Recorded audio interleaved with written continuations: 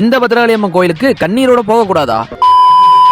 அட ஆமாங்க, என்ன ஏதுன்னு நான் சொல்றேன். அதுக்கு முன்னாடி நம்மள ஃபாலோ பண்ணிக்கங்க. சில்லென்று சாரல் வீசும் மேற்கு தொடர்ச்சி மலையின் கடைசி கிராமம் தாங்க இந்த அந்தியூர். இந்த அழகான அந்தியூரை ஆட்சி செய்யும் மகாராணி தாங்க எங்க பத்ரகாளி அம்மன். இந்த ஊருக்குள்ள நுழைஞ்சாவே ஒரு சிலிர்ப்பு வரும் பாருங்க, அது சும்மா இல்ல, எங்க அம்மா இருக்காங்கன்ற தைரியம் தான். அவ உருவத்தை உத்துப்பாரு, நெத்தியில குங்குமம் சூரியனா ஜொலிக்கும், கண்ணு ரெண்டும் கருணை கடலா இருந்தாலும் தப்புன்னு நடந்தா அதுவே அக்கினி பிளம்பா மாறும். கழுத்துல எலுமிச்ச மாலை ஆட, கையில சூலாயுதம் என்ன, சிம்ம வாகனத்துல அவ ஏறி வந்தா விதி கூட வழிவிட்டு ஒதுங்கி நிற்கும். அவளை நம்பி வந்தா அள்ளி கொடுப்பா, வம்புக்குன்னு வந்தா வேரோடு அழிப்பா. நோயும் நொடியும் அவ பேர சொன்னா பறந்து போகும். எதிரி கூட்டம் அவ பார்வையில பஸ்மமா போகும். கஷ்டம்னு வந்தா கண்ணீரோட அவ கோயிலுக்கு தான் போகணும்னு இல்ல, நீ இருக்க திசையிலிருந்து அவ இருக்க திசையை பார்த்து ஆத்தான்னு நீ கூப்பிடு. நீ கூப்பிட்ட குரலுக்கு அவ ஓடோடி வருவா. பங்குனியில போடுற குண்டத்துக்கு அத்தனாயிரம் பேர் ஏன் வரா நினைச்சுக்கிற? வேண்டுதலுக்காகவா? இல்லவே இல்ல, இவ மேல வச்சிருக்க பாசத்துக்காக. ஒவ்வொரு வருஷமும் குண்டை இறங்குறவங்க அதிகமாகிட்டே தான் போறாங்களே வைக்க குறைஞ்ச பாடு இல்ல. வெள்ளி செவ்வாய் அமாவாசை பௌர்ணமி அன்னைக்கு எங்க ஆத்தாவை பார்க்க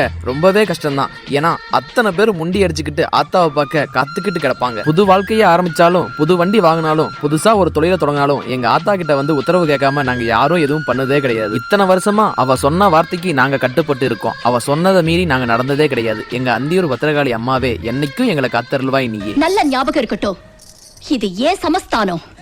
ஜக்கம்மா மாயம்மா